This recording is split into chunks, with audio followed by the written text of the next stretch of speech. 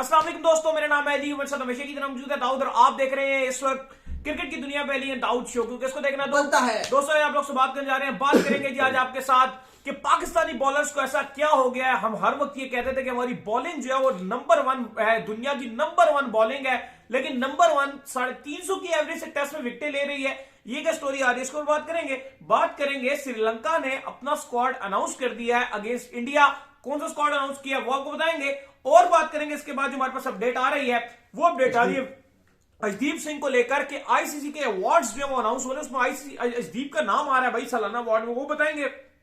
और बात करेंगे विराट कोहली को लेकर कि T20 से बाहर हुए कुछ खबरें गर्दिश कर रही हैं कि वो किस पर फोकस करना चाह रहे हैं, वो भी आपको बताएंगे। तो अगर आप हमारे चैनल पर नए और पहली बार आए तो चैनल को सब्सक्राइब करें और साथ ही बेल आइकन को दबाना। बात का आगाज करते हैं नंबर 1 खबर के साथ जो हमारे पास आ रही है। तो जो नंबर 1 खबर आ रही है हमारे पास, वो खबर यही निकलकर सामने आ रही है कि इस वक्त जो है वो श्रीलंका ने अपना स्क्वाड अनाउंस कर दिया अगेंस्ट इंडिया, जो कि आपको इंडिया के अंदर सीरीज होने जा रही है, उसमें खेलता हुआ दिखेगा। कौन सा स्क्वाड आया जी? देखिए, कल इंडिया ने अपना स्क्वाड अनाउंस किया था रात को 10 बजे, और बड़ी खबर उसमें यही थी कि उसमें ऋषभ पंत ड्रॉप हो गए थे वाइड बॉल फॉर्मेट से। कहा जा रहा है शायद उनको आराम लिया जा रहा है। विराट कोहली T20 और रोहित भी T20 से चले गए। इसके अलावा चलो उन्होंने भी कहा कि उन्होंने भी आराम कर लिया। वो समझ आ रही है कहानी कि वो T20 विराट वैसे ही हल्की सीरीज से नहीं खेलते हैं। लेकिन जो बड़ी खबर थी वो यही थी कि जो ओडीआई फॉर्मेट है उसका नया वाइस कप्तान भी हार्दिक पांड्या होगा।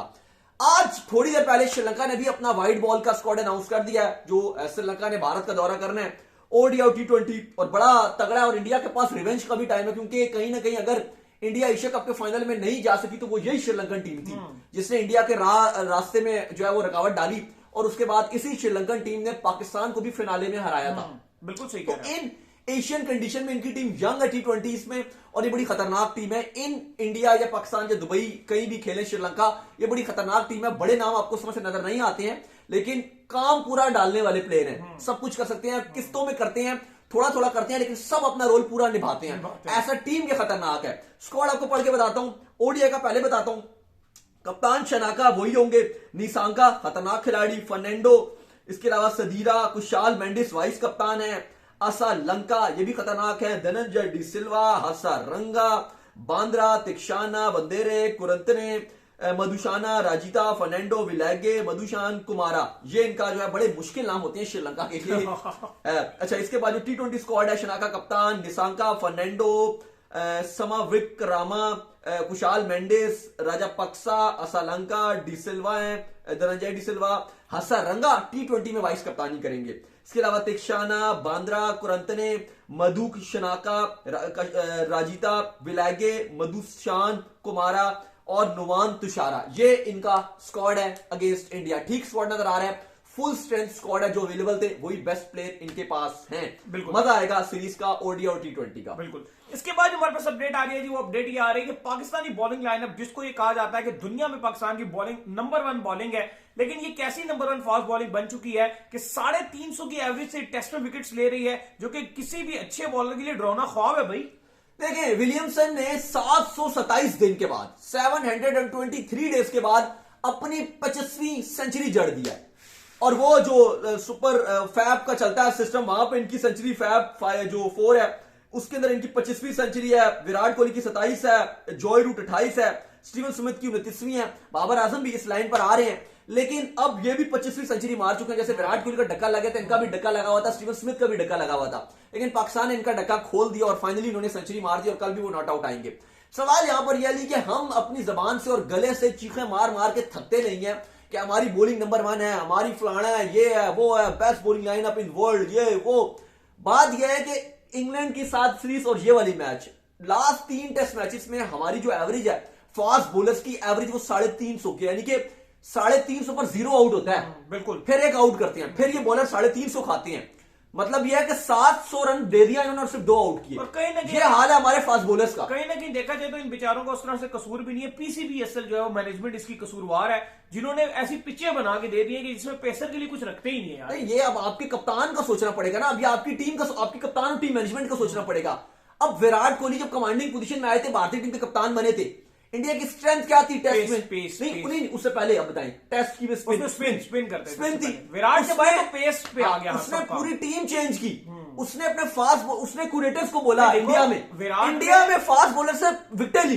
विराट ने मेन बीमारी समझी कि बीमारी ये थी उसने इंडियन टीम को कि होम पे तो ये जीत जाते थे, लेकिन जैसे ही ये अवे जाते थे इनका जीतना मुश्किल हो जाता था। लेकिन विराट ने फिर उसी कमजोरी को निकाल कर अपने इंडियन क्रिकेटर्स को कहा कि आप तुम पेस की विकेट बनाओ, हम अपनी इस कमजोरी को ही दूर करना चाहते हैं। तो जब आप मान लेते हैं ना कि यार ये हमारी कमजोरी है, आप उसके ऊपर काम करते हैं, फिर उन्होंने उसी के ऊपर काम किया, उनके बॉलर्स भी बन गए, बैट्समैन भी बन गए। हाँ, इसमें एक तीर से विराट ने 2 निशाने लिए थे अपनी कप्तानी में। मैं बताता हूं क्या ये था कि जब घर पे तो उनके बैट्समैन का अच्छा कर रहे थे और जबरदस्त कर रहे थे, लेकिन जब इंडिया बाहर जाता था, अगर आप 2000 से पीछे भी 2010 से अगर आप पीछे भी चले जाएं या इवन 2000 के बाद भी चले जाएं, 12-13 में भी बात कर लें, जो इंडियन बैट्समैन थे उनके लिए बहुत सख्त चैलेंज हो जाता था, बहुत सख्त। जैसे उस टाइम बड़े बड़े बल्लेबाज इंडिया के पास सचिन तेंदुलकर, लक्ष्मण वगैरह, गंगुली भी, इनके लिए बहुत बड़ा चैलेंज था। क्यों?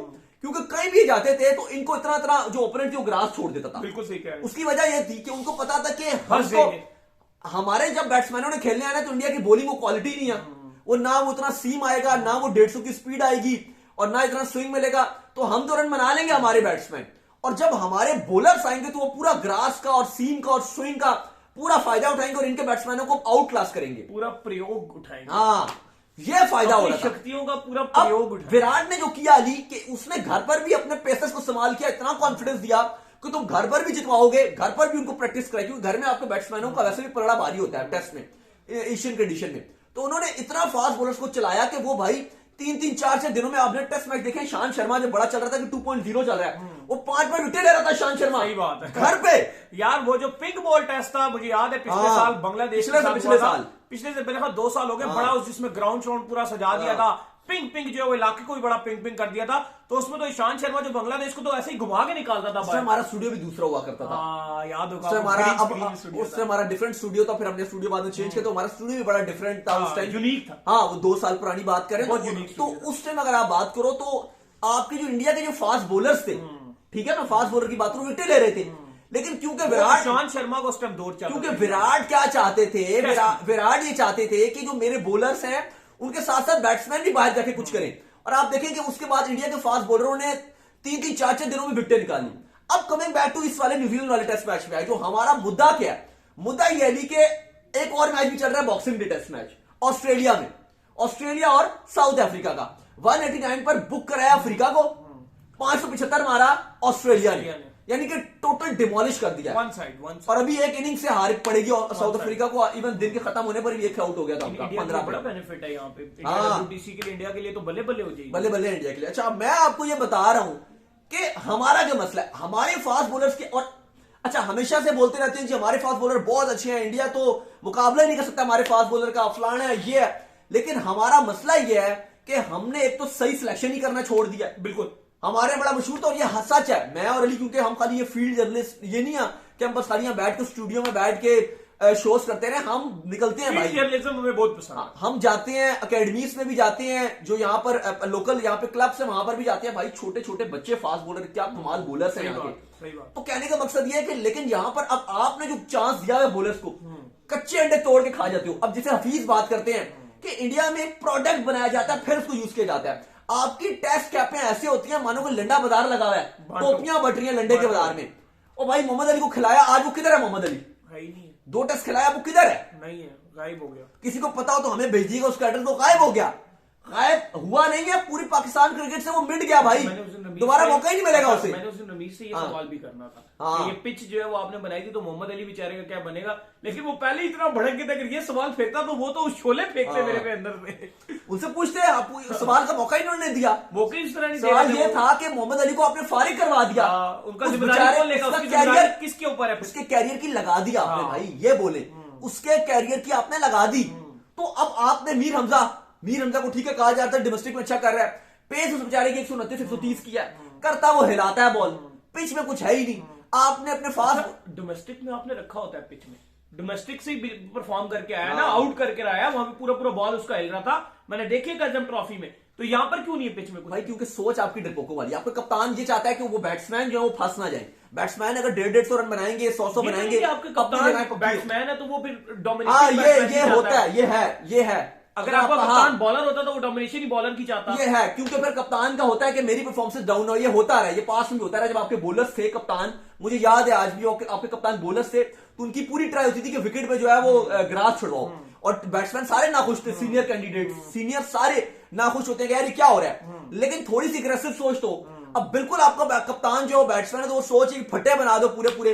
लेकिन बात यह है कि शायद रन आ जाए, लेकिन एट द एंड टीम को नुकसान है, मुल्क को नुकसान है, हम हार रहे हैं। यार अली मैं तो पहले भी पिछला शो भी मारा था, अगर आप लोगों ने देखो हम यही बात कर रहे थे कि यार न्यूजीलैंड 2 रन आपसे आगे है, अभी भी आपने टेस्ट मैच तो आप हारे हो, 75 साल की आपने तारीख, बदतरीन तारीख लिखवा दी, इंग्लैंड से अपने घर पर पहली बार आप 3-0 से हारे हो, कुछ भी आपके पास नहीं है। ये टेस्ट मैच हारोगे तो गाली तो पड़नी है, बहुत मुश्किल है। लेकिन ड्रॉ करने का भी कोई फायदा नहीं, आपको फिर भी पड़ेगी। बेहतर यह है कि आप चांस लो, कल तेज खेल के आप अर्ली डिक्लेयर करके न्यूजीलैंड के साथ वो करो जो इंग्लैंड ने आपके साथ किया है। लेकिन वही बात है, फिर आपकी वाली बात है कि भाई इतना जिगरा कहां से लाएं इनके लिए। बात है, मुश्किल है इनके लिए। यहां पे कोई ना स्टोक्स बैठा हुआ है, ना कोई ऐसा कोई मैकलम बैठा हुआ है, ना कोई विराट कोहली टाइप, जैसे वो डेविड लॉयड, तो उन्होंने कहा था कि जो स्टोक्स वाली क्रिकेट है वो विराट कोहली खेल सकता है उस लेवल पे, तो ना कोई विराट कोहली टाइप सोच है यहाँ पे। अब वही केएल राहुल है, वो भी कभी नहीं कर सकते, लेकिन विराट है वो ये सोच लेकर आ सकता है, या आपको ऐसा कुछ सोच लेकर आओ, लेकिन वो नजर ही नहीं आ रही। लेकिन अली साहब जो हकीकत है वो यही है कि न्यूजीलैंड ने जो आपकी बॉलिंग लाइनअप है उसको तहस नहस करके रख दिया है। बस ऐसा लग रहा था कि दिहाड़ीदार मजदूर है, लग तो राइट तक ये टेस्ट क्रिकेटर है, खेल रहे हैं, बस सुबह से आए हुए हैं, बस बॉल डाल रहे हैं, इनका ड्यूटी है जी 1500 2,000 रुपए लेना शाम को और बॉलिंग बस डालो, बस ये लग रहा था। ये लग नहीं रहा था कि ये मैच फीस है इनको मिलनी है, ये प्लेयर है, बस लगे हुए हैं, ना कोई इंटेंशन नजर आ रही है, ना फील्ड में जोश नजर आ रहा है, बस खेल रहे हैं। यार ऐसे टेस्ट क्रिकेट नहीं होती है यार। इंग्लैंड ऑस्ट्रेलिया में आप देखो टेस्ट क्रिकेट का पता चल जाता है कि टेस्ट क्रिकेट क्या होती है, तो आप टेस्ट क्रिकेट की बेइज्जती कर रहे हो, पर रन बन रहे हैं, सो रहे हैं, ना कुछ हो रहा है, ना मैच भी हारे जा रहे हो घर पे। यार होम एडवांटेज का भी कोई नाम सुना है आपने? होम एडवांटेज किस चिड़िया का नाम है? इनको ये बताओ कोई, कौन सी चिड़िया ये होम एडवांटेज? तो यार आपकी मैनेजमेंट को इतना नहीं पता कि रिजवान जो बेंच में बैठा हुआ है कप्तान करने भेज दिया, वो तो मैच रेफरी ने बोला भाई क्या पी हुए तुमने, कुछ होश में हो, अकल ठिकाने हैं, रूल्स पता है? रूल्स नहीं पता आपको? वो वर्ल्ड कप का मैच चल रहा था जो विराट कोहली की स्टंप पे लगी हो तो विराट भागना शुरू हो गए, तो रिजवान रो रहे क्या हो रहा है, ये क्या हो रहा है, ये क्या हो रहा है, ऐसे पैसे पूछ रहे। यार तुम अर्ली पकड़ो उसको, तुम कर क्या, तुम बॉल को पकड़ो, रन आउट करो। वो लगे हुए अंपायर के पास चले गए, वो यार कमाल है यार, आपको रूल ही नहीं पता, अंपायर के पास चले गए, यार ये रनिंग कर रहे हैं। वो बात ये कि तुम पहले बॉल पकड़ो, शाइन भी ढीले हुए हैं, उनको ही बोल रहे हैं कि उनको भी लगा कि शायद ये बोल रहा है रिजवान तो कोई वो हो गया, क्या कहते हैं कि ये रन ही नहीं बनेंगे। यार आपको रूल्स ही नहीं पता, आपके सकलैन बैठे हुए हैं, यूसुफ बैठे हैं, और पता नहीं कितने आपने पलटून बिठाई हुई है, कप्तान बाहर बैठे हुए। यार आपको रूल नहीं पता तो हमें बताओ, आपको लेक्चर दे देंगे पूरा रूल्स के बारे में, ऐसे नहीं होता यार। सही बात है। इसके बाद जो अपडेट आ रही है, जो हमारे पास वो अपडेट आ रही है आईसीसी अवार्ड्स के हवाले से, और अपडेट ये निकलकर सामने आ रही है, अजदीप का नाम आ रहा है।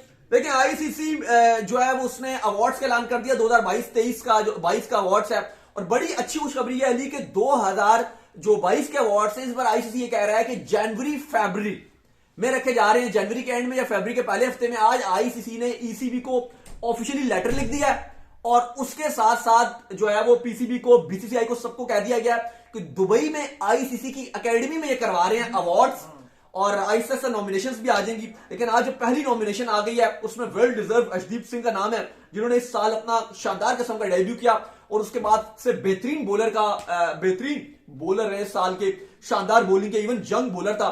इवन मैं और आप तो बहुत करीब से देखते रहे अजदीप को दुबई में, बिल्कुल स्पेशली जब उसने कैच छोड़ा था, उसके बाद बड़ा उसके ऊपर प्रेशर बन गया था।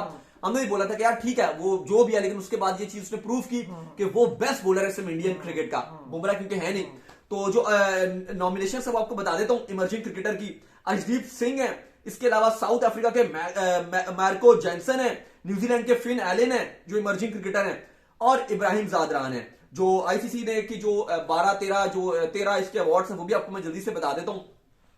सबसे बड़ा अवार्ड जो ICC men's cricketer of the year का अवार्ड जो सर गैरफील्ड सोबर्स का अवार्ड है, उनके नाम से रखा जाता है ये men's cricketer of the year का अवार्ड, ये बहुत बड़ा अवार्ड है। इसके बाद ICC cricketer test cricketer of the year का अवार्ड है, फिर ODI cricketer of the year का अवार्ड है, फिर T20 cricketer of the year का अवार्ड है, फिर इसके बाद जो है वो ICC emerging mains cricketer of the year का अवार्ड है। ये सेम जो वुमेन्स के भी होंगे।